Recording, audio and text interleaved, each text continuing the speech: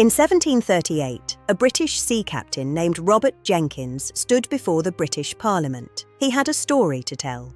7 years earlier, he claimed, Spanish Coast Guard officers had boarded his ship, tied him to a mast, cut off his ear, and told him to take it to his king. To prove it, he reached into his coat and placed his own severed ear on the table in front of Parliament. He had been carrying it in a jar for 7 years. Britain declared war on Spain the following year. The conflict lasted 9 years, expanded into a world war, and cost tens of thousands of lives. This is the War of Jenkins Ear. The War of Jenkins Ear, a story of trade, empire, and a very famous jar. To understand this war, you need to understand the most contested issue in 18th century Atlantic politics: who gets to trade with whom in the Americas. Spain controlled an enormous colonial empire and was intensely protective of its trade monopoly. All commerce was supposed to go through Spain. No other nation was allowed in. Britain had limited rights, but merchants wanted more. Smuggling and illegal trade between Britain and Spanish colonies was rampant. Both sides were looking for a reason to escalate. In April 1731, the brig Rebecca was sailing near Florida when it was boarded by the Spanish Coast Guard vessel La Isabela. Jenkins' story begins here. Jenkins claimed the Spanish crew ransacked his ship, tied him to the mast, and cut off his left ear with a sword, telling him to take it to his king.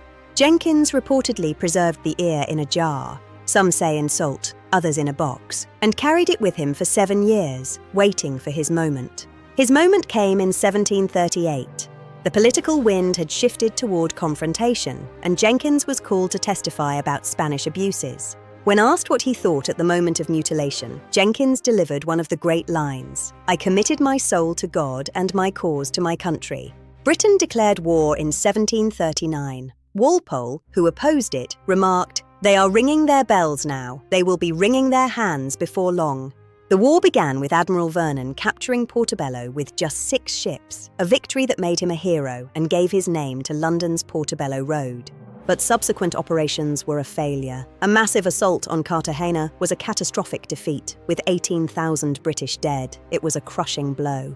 Then the war got bigger. In 1740, the War of Austrian Succession broke out across Europe. The War of Jenkins Ear was absorbed into this global world war. The war ended in 1750 with the Treaty of Madrid. The terms restored the pre-war situation. Trading rights remained more or less as they had been. The ear was just the spark. The fire had been building for decades over trade routes and colonial wealth. Imperial powers used the incident as a pretext for a war they already wanted. A sea captain, a jar, 9 years of war. Subscribe for more forgotten history and let me know which war was the most absurd. Thanks for watching.